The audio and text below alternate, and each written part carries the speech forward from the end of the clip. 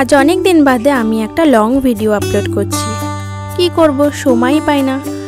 আসলে ইউটিউব তো আর বুঝবে না যে আমার মন খারাপ আছে বা পারিবারিক কোনো সমস্যা। কিছু একটু দেরি হলে রিচ ডাউন হয়ে যাবে।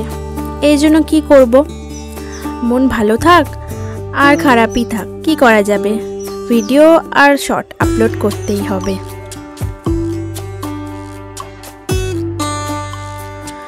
তাই লং ভিডিও না ছাড়তে পারলেও শর্ট ভিডিও আমি আপলোড করেছি। এবার কি করব, লং ভিডিও তো ছাড়তেই হবে।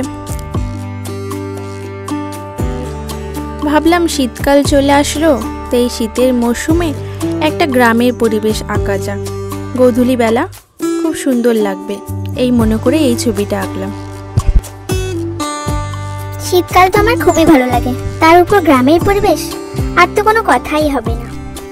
খুব ইচ্ছে করছে যে গ্রামের বাড়ি থেকে আবার ঘুরে আসি, কিন্তু কি করব, এই কাজের ফাঁকে আর যাওয়াই হয় না।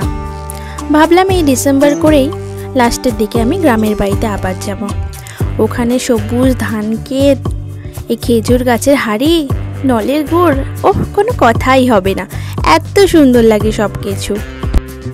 দিদি তাহলে এইবার গেলে আমাকেও নিয়ে যাবে, ঠিক আছে? আমি কোনোদিনও যাইনি গ্রামের পরিবেশে, আমার খুব দেখার ইচ্ছে হয়েছে। ঠিক আছে, এবার তাহলে ছুটকিকেও সাথে করে নিয়ে যাব। দিদি আমার খুব ভালো, আমাকেও সাথে করে নিয়ে যাবে। আচ্ছা, গ্রামেও তো তোমার অনেক বন্ধু বান্ধবী আছে, তাদের জন্য তুমি কি নিয়ে যাবে? তুই চিন্তা করিস না, আমি খুব সুন্দর কতগুলো DIY বানিয়ে নিয়েছি, তাদের খুব পছন্দ হবে। এর মধ্যে আছে কটা নেক পিস, কিছু চোকার আর কিছু টেরাকোটার কাজ।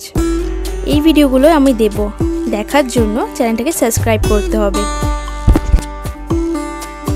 ওকে দিদি, আমি এক্ষুনি করে দিচ্ছি, আর তোমরাও করো চ্যানেলটা সাবস্ক্রাইব।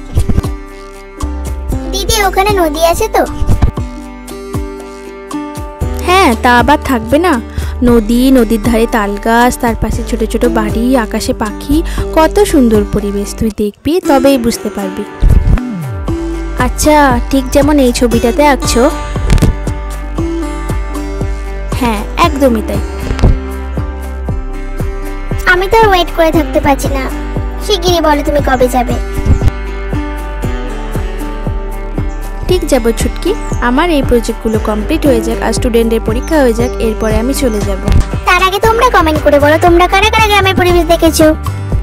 এই ভিডিওটা ভালো লাগলে আমার চ্যানেলটা অবশ্যই সাবস্ক্রাইব করো।